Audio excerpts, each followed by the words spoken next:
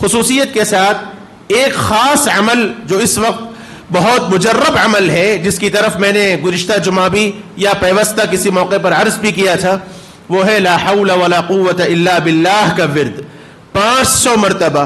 حضرت تھانوی رحمت اللہ علیہ کے زمانے میں ایک بل پاس کیا گیا تھا جو مسلمانوں کے بالکل خلاف تھا، اور اس موقع پر بہت سخت ہنگامے ہوئے، فسادات تک ہو گئے اور بہت احتجاج بھی کیا گیا اور جلد سے جلوس کیے گئے۔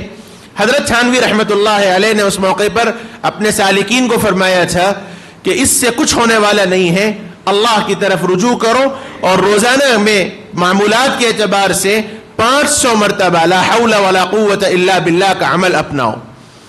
اور حضرت کے سالکین نے یہ بات فرمائی ہے کہ مکمل طور پر 5 دن بھی نہیں گزرے تھے، 5 دن بھی نہیں گزرے تھے، حکومت نے وہ بل واپس لیا اور اس قانون کو ختم کر دیا۔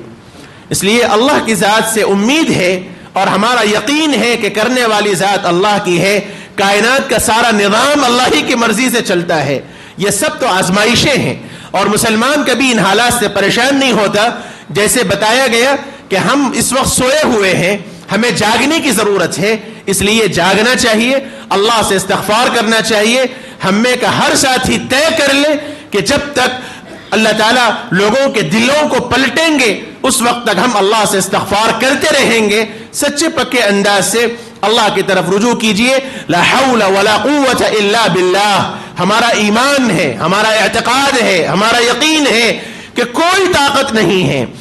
اعمال میں عمل کرنے کی طاقت دینے والی ذات بھی اللہ کی ہے اور حالات کو بدلنے والی ذات بھی اللہ کی ہے۔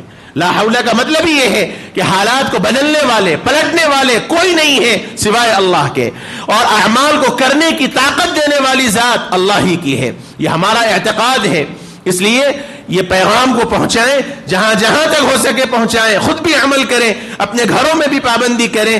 روزانہ 500 مرتبہ، ایک ساتھ ہی ضروری نہیں، ہر نماز کے بعد 100 مرتبہ کم از کم اہتمام کر لیں۔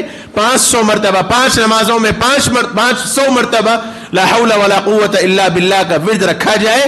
اللہ پاک انشاءاللہ حالات بدلیں گے، مسلمانوں کو اس سے پریشان ہونے کی ضرورت نہیں ہے۔ اتحاد کا ثبوت دیجئے، اپنے اندر فکر پیدا کیجئے، اپنے اندر اللہ سے رجوع کی فکر پیدا کیجئے، یہ سب حالات انشاءاللہ بدلیں گے۔